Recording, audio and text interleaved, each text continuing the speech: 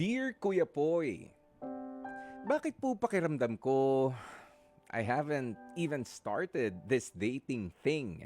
Pero parang burned out and traumatized na po agad ako. Grabe.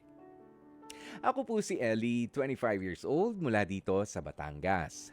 NBSB o yung tinatawag nila na no boyfriend since birth.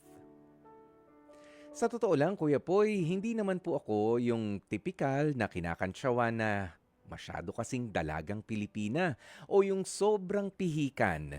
Kaya naging NBSB ako. Gumagamit nga po ako ngayon ng dating apps. Nag-entertain naman po ako ng mga lalaki na nagpapakita ng interes sa akin at may mga nagugustuhan din naman ako sa kanila.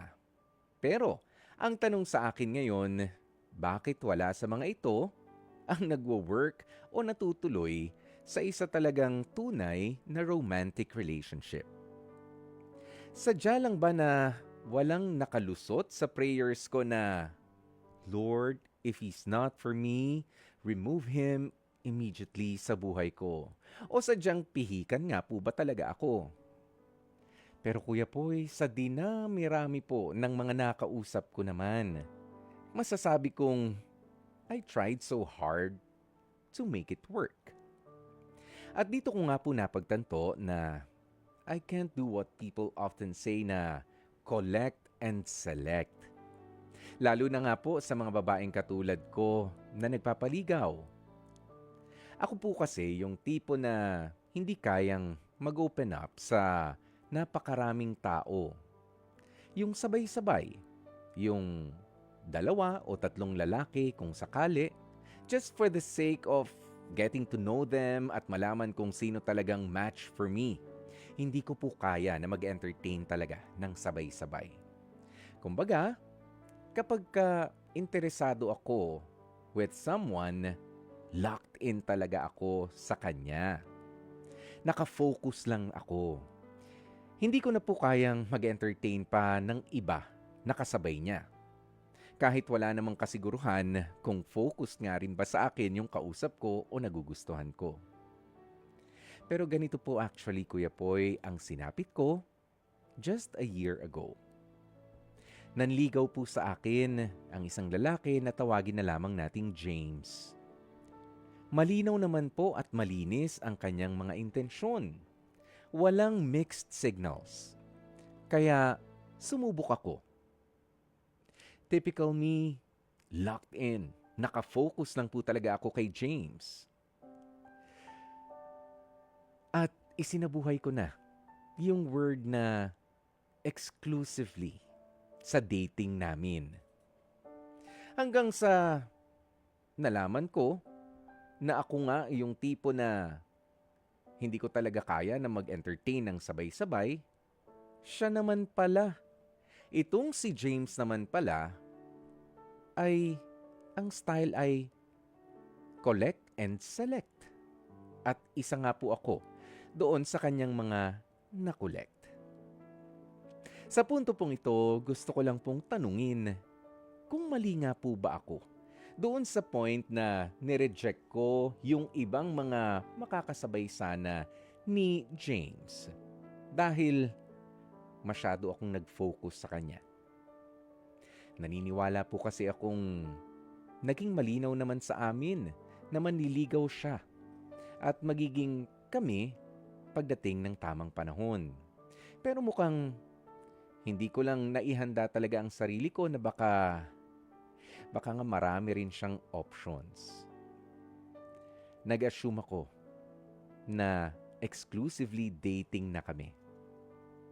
Pero kahit nga po malinaw ang kanyang intensyon sa akin, ang ending, may nagustuhan siyang iba. At yun ang pinili niya. Kaya kinailangan ng tigilan ang panliligaw sa akin. Sa ngayon po, ay natatakot na akong makipag-date lalo na sa mga katulad kong NBSB na sumubok pero hindi pa nga nagsisimula. Mukhang olats na agad. Kasi nakakapagod, nakaka-burnout. Hanggang dito na lamang po ang aking kwento at umaasa po ako na sana ay mabigyan niyo ako ng payo sa naguguluhang isipan ko. Ako nga ba talaga ang nagkamali? Lubos na gumagalang, Ellie. Ellie! Relax. Oo, alam mo, sabi nga nitong sabi ni Fema Denzel Pascual, Ellie, the right man will come at the right time. At tumpak yun. O kahit ano pa ang style mo, o ikaw na nakikipag-date pa lang, sumasablay na, getting to know each other stage nga yan di ba? Sa dating kasi, pwede nga yung nagkakasabay-sabay na in-entertain mo, kinikilala mo, pwede yun. Yung iba kaya yun. Ngayon, wala namang problema, Ellie. Babaguhin mo ba yung paniniwala mo? Gusto mo nga nakafocus ka, gusto mo locked in ka. 'Di ba? Sa isang tao, kapag ka nakikipagkilala, walang problema doon.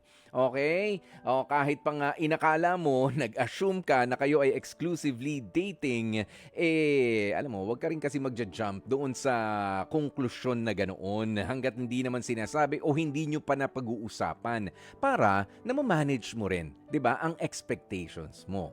'Di ba? Kailangan sa ligawan, sa dating pa lang, wala pa kayong established na romantic relationship Sa dating pa lang, you should be able to manage your expectations. 'Di ba? Latagan pa lang 'yan ng baraha. Kikilalanin mo pa lang yung bagong gustong magpakilala at ikaw rin naman, magpakilala ka lang rin sa kanya. Basta ang importante lamang dito sa dating na ito, habang inilalatag mo ang lahat, hindi naman dapat na pati yung mga latag na hihigan mo na ay pinapapasok mo na siya. Wag darating sa ganoon. Okay? Na para bang, alam nyo na, parang may free taste. Yung mga ganyan. Naku, wag. Kailangan ay merong respeto pa rin sa pakikipag-date. Dahil doon mo mas makikita kung sino ba yung tao na iingatan ka at ikaw rin naman doon mo makikita yung tao na talagang pahahalagahan mo. At dyan na nga po natin tatapusin ang ating Dear Kuya Boy. Mga kapatid, dito tayo sa totoo. Dito na tayo sa True FM. Mag-subscribe at mag-follow na sa social media accounts at True Network PH sa FB, Instagram, X na dating Twitter, YouTube, TikTok, and podcasts.